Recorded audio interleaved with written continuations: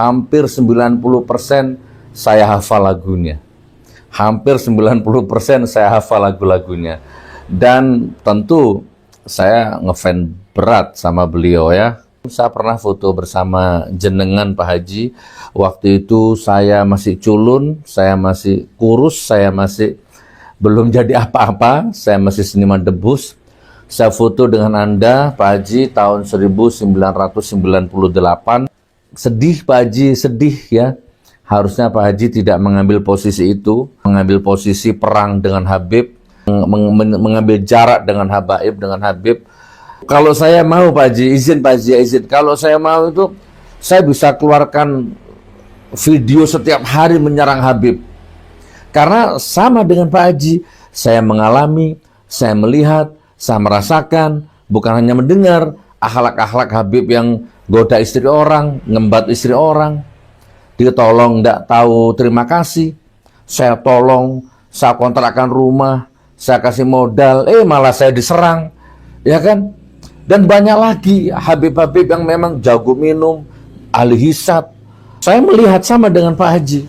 Tapi saya nggak berani ngambil posisi itu, terus mengklaim semua Habib seperti itu, semua orang Arab seperti itu, semua Ba'alawi seperti itu. Saya nggak berani Pak Haji. Di mata saya penyanyi dangdut itu norak ya. Penyanyi dangdut itu norak, porno, mesum, gitu kan. Begitulah, penuh dengan maksiat.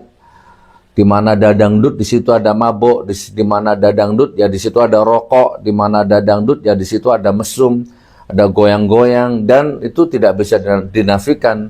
Tapi apakah saya boleh mengklaim semua penyanyi dangdut seperti itu?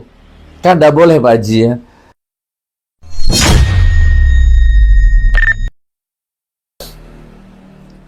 Assalamualaikum warahmatullahi wabarakatuh. Siapa yang tidak kenal dengan Bang Haji Rhoma Irama?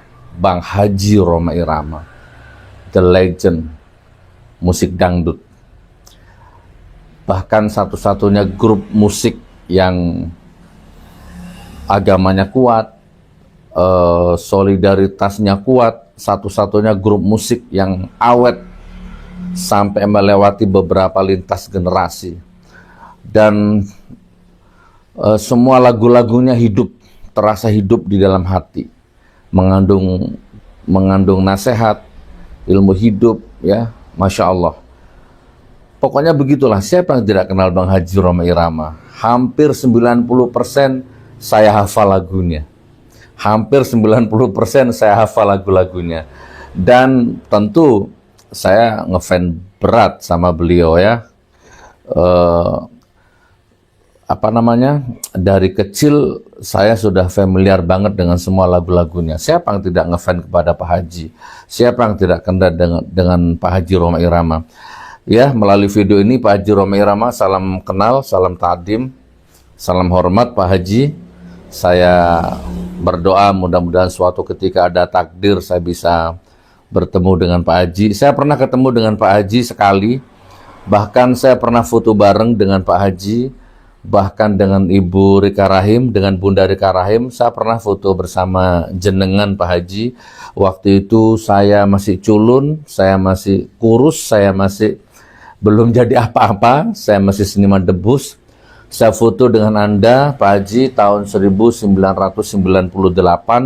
kurang lebihnya, dalam acara Munas ya, Munas besar peresmian Perguruan Pencaksilat Pagar Nusa di Pondok Zainul Hasan, Genggong, Pajarakan. Jadi waktu itu saya alhamdulillah dekat dengan keluarga Genggong sehingga saya diberi akses untuk bisa foto dengan Pak Haji di sebuah ruangan. Di dalamnya Kiai Hasan Mutawakil Allah. Saya pernah ketemu dengan Anda tahun 98. Mudah-mudahan Pak Haji ya, kita bisa ketemu lagi di surganya Allah, insya Allah. Nah Pak Haji, tapi akhir-akhir ini saya agak terganggu hati dan pikiran sejak Pak Haji dengan tegas mengklaim Ba'alawi, membahas Ba'alawi, 58 nyimpen dalam perut kelakuan Ba'alawi, tukang serulingnya Ba'alawi, tukang gendangnya Ba'alawi, tukang nyanyinya Ba'alawi, tukang mabuknya Ba'alawi, bla bla bla bla bla bla. Ya intinya saya nggak akan bahas secara lengkap di sini. Videonya Pak Haji sudah komplit di situ. Saya hanya sedih Pak Haji, sedih ya. Harusnya Pak Haji tidak mengambil posisi itu. Kasihan fans ya, Forza ya, kasihan fansnya Pak Haji. Tentu akan ada yang terluka dengan Pak Haji mengambil posisi seperti itu, dalam tanda petik ya, mengambil posisi perang dengan Habib, menyatakan perang dengan habaib, atau mengambil jarak dengan habaib, dengan Habib. Itu saya sedih Pak Haji. Jadi kurang lebihnya begini Pak Haji ya, di mata saya penyanyi dangdut itu norak ya, penyanyi dangdut itu norak, porno, mesum, gitu kan, begitulah, penuh dengan maksiat.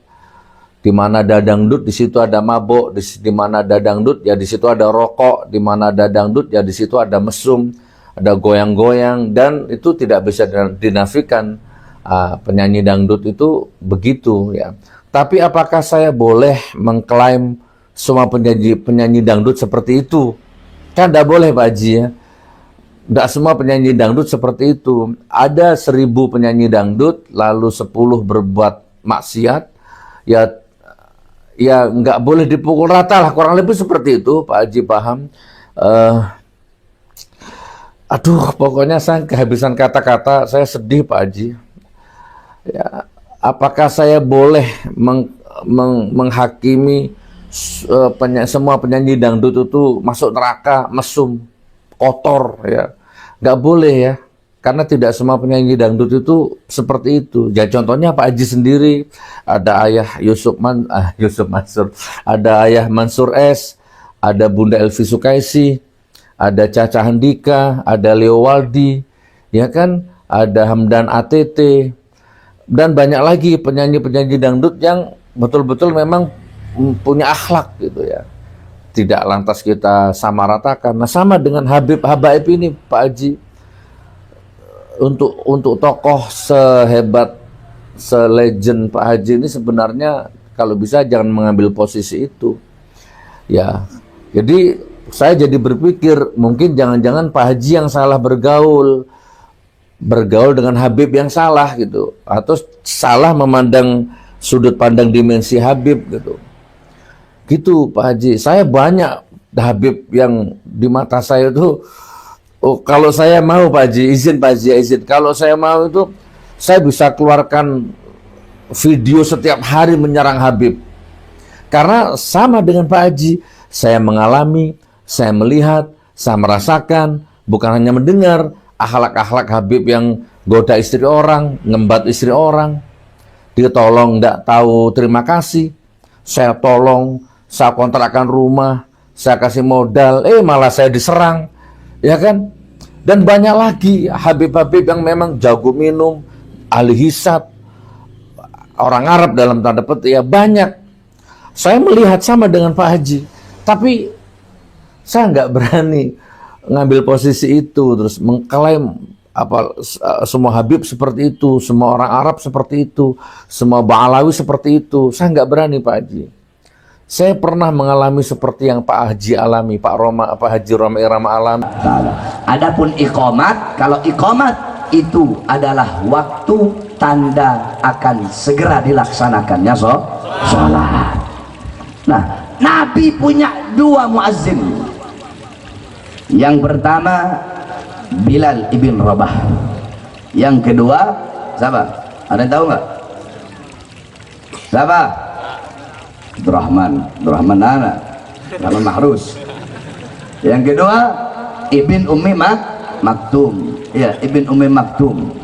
Nabi punya muazzin 2, subuh, duhur, ya, subuh, duhur biasanya Bilal, asar, subuh, duhur, asar Bilal, maghrib, isya biasanya Ibn Ummi Maktum. Kalau nggak salah begini, kalau nggak salah kembali. Kalau yang benar, kalau nggak salah itu tadi subuh Bilal sampai asar, Ibn Ummi Maktum, maghrib, isya. Nah, pertanyaannya, kenapa Nabi milih 2 sahabat ini? Kalau mau bilang suaranya enak, banyak sahabat yang suaranya enak, banyak sahabat yang suara enak. Kenapa Nabi pilih Bilal ibn Rabah dan ibn Ummi Maktum? Karena dua sahabat ini adalah dua sahabat yang paling keras suaranya. Bilal kan orang hitam. Ya, ini saya punya murid namanya Bilal, orang Ambon. Mana Bilal? Itu orang Ambon tuh, murid saya tuh. Nama doang Bilal. Cuma nggak pinter kayak Sayyidina Bilal tuh. Saya ganti namanya kemarin jadi Bilal tuh. Karena hitam makanya saya ganti Bilal. Orang hitam suaranya kencang-kencang. Nabi pilih Bilal. Kalau mau bilang enak, banyak sahabat suara yang enak.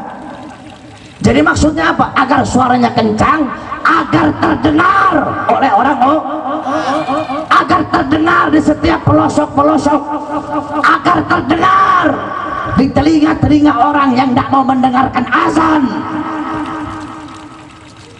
Dari sekian banyak rumah, Nabi pilih rumah yang paling tinggi. Kenapa rumah yang paling tinggi? Jawab. Biar nyebar suaranya.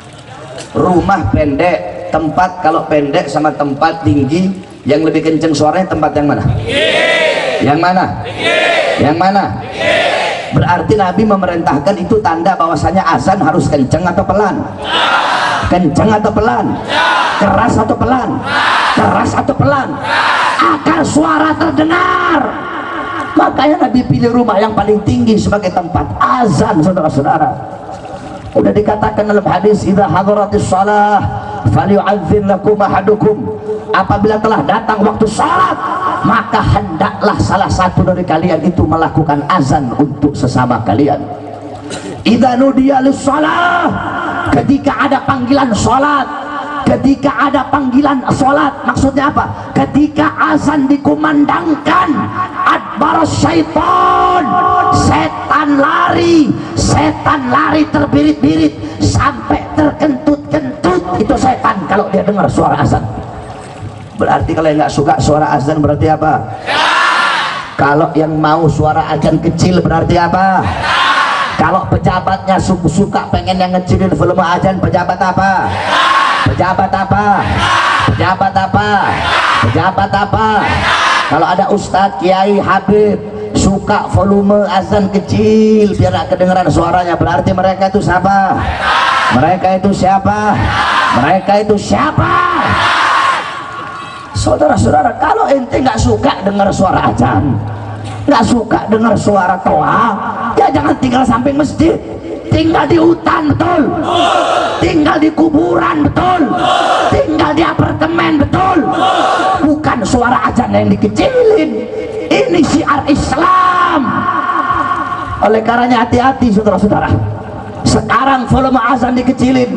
Kemarin si Yusuf Kalla udah ngomong itu, yang satu itu, bahwasanya suara azan itu harus dikecilin karena mengganggu. Saya tanya, kalau azan mengganggu, apa dangdut ganggu tidak? Dangdut mengganggu apa tidak? Kalau kamu tidak suka dengan kebisingan kendaraan, jangan tinggal di pinggir jalan, betul? Kalau nggak suka dengan suara ombak, jangan tinggal di pinggir pantai, betul? Kalau nggak suka suara burung, suara monyet, jangan tinggal di tengah hutan, betul?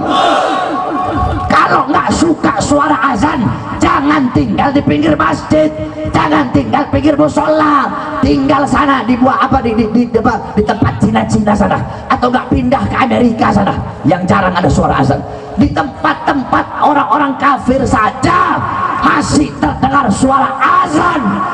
Ini Indonesia, negara yang mayoritas Islam, kok azan mau dilarang, kok suara azan mau dikecilin? Kami para pemuda-pemuda Islam tidak akan pernah kami biarkan pemerintah mengecilkan volume azan. Sekarang dikecilin, besok toanya dicopot, besok toa dicopot, besok masjidnya ditutup. Oleh karenanya kami bersumpah, kami Allah, kalau sampai suara azan akan dikecilkan oleh pemerintah atau toa akan dilarang, maka panggilan hayya 'alas shalat akan kami ganti hayya 'alal jihad. Saya tanya, kalau sampai azan dilarang, siap perang? Siap perang? Kamu lihat saja nanti. Kalau memang betul azan dilarang, ya Allah, saya ini orang, kalau ngomong saudara-saudara, saya orang yang tidak takut dengan siapapun kecuali Allah dan orang-orang yang takut kepada Allah. saya takut sama Allah dan saya takut kepada orang-orang yang takut kepada Allah Subhanahu wa taala. Oleh karenanya saya sampaikan kepada kamu semua, kalau sampai besok-besok azan dikecilin, besok-besok azan dilarang, tapi Allah saya yang akan pimpin perangnya, saudara-saudara. Siap berperang. Kalau sampai azan dilarang, siap berdarah, siap hancur, siap binasa. Allahu Akbar, Allahu Akbar, Allahu Akbar. Di sini masjid ada berapa? Yang dekat, paling dekat dari sini ada berapa? Ada dua. Mana? Belakang ada musola. Speakernya ada berapa? Ada berapa? 4. Besok tambah 4, bikin 8 speakernya. Saya yang suruh pasang. Kalau ada yang komplain datengin, kenapa? Nggak suka dengan suara azan, pindah. Betul? Tambahin ya. Siapa pengurus musola masjidnya? Tambahin speaker masjid. Semakin mereka larang kecilkan, semakin besarkan. Semakin mereka bungkam, semakin teriakkan kebenaran. Oleh karena kita doakan agar Allah kasih kita pemimpin yang baik, pemimpin yang adil, pemimpin yang tidak merugikan Islam, merugikan ulama, yang bisa menghormati hukum-hukum Islam, syariat-syariat Islam. Seorang ulama yang meletakkan ayat-ayat suci di atas ayat-ayat konstitusi. Amin amin ya rabbal alamin.